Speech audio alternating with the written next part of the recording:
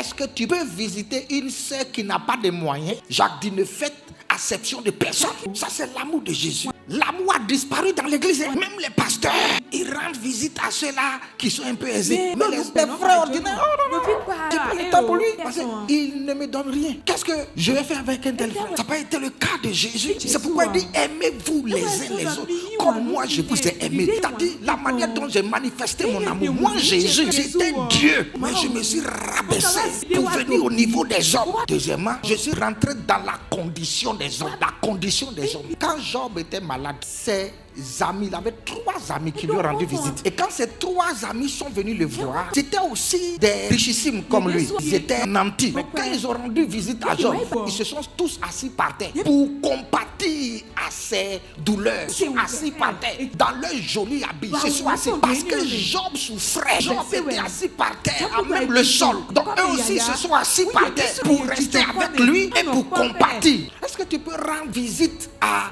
quelqu'un qui n'a pas de chaise, qui n'a pas de tabouret dans sa maison? Est-ce que tu peux lui rendre visite pour t'asseoir au sol? Aimez-vous les uns les autres comme moi je vous ai aimé. Jésus, son amour était spécial. Les apôtres qui étaient autour de lui avaient des caractères bizarres. Pierre était orgueilleux parce qu'il voulait toujours prendre la première place. Jean voulait être toujours proche de Jésus. Et c'est lui qui fait le bon apôtre. Thomas, il n'a même pas de foi. Il ne croit en rien.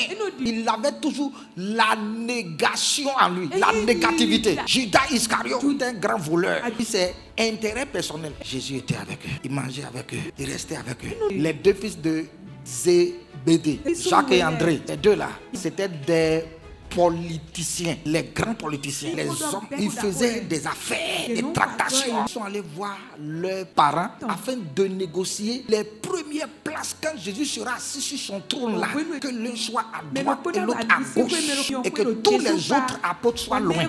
Ils sont partis voir Jésus pour faire négociation. Ils étaient avec lui. L'amour de Jésus est un amour humble. Et deuxièmement, c'est un amour empreint de patience. Quand on aime, on est patient. Jésus était patient. Il restait avec les gens dans l'espoir qu'ils changeraient, dans l'espoir de faire des hommes meilleurs, des femmes meilleures. Il était patient. Il dit, aimez-vous les uns les autres comme moi Jésus je vous ai aimé. Sois patient, reste avec eux, aime-les tels qu'ils sont, aime les frères, aime les soeurs. Jésus n'a pas donné ce commandement aux apôtres, il n'a pas donné ce commandement aux pasteurs, mais il a donné ce commandement à ses disciples. Si tu te réclames être disciple de Jésus, ce commandement-là t'incombe. Tous ceux qui se mettent à l'écart ne sont pas disciples. Tous ceux qui ne fraternisent pas avec les gens ne sont pas des disciples. Ils sont des fidèles d'église. Ils sont des membres d'église. Mais ils ne sont pas disciples de Jésus. Parce que Jésus a dit ainsi, c'est-à-dire c'est à ce signe quand vous aurez manifesté l'amour les uns envers les autres que l'on reconnaîtra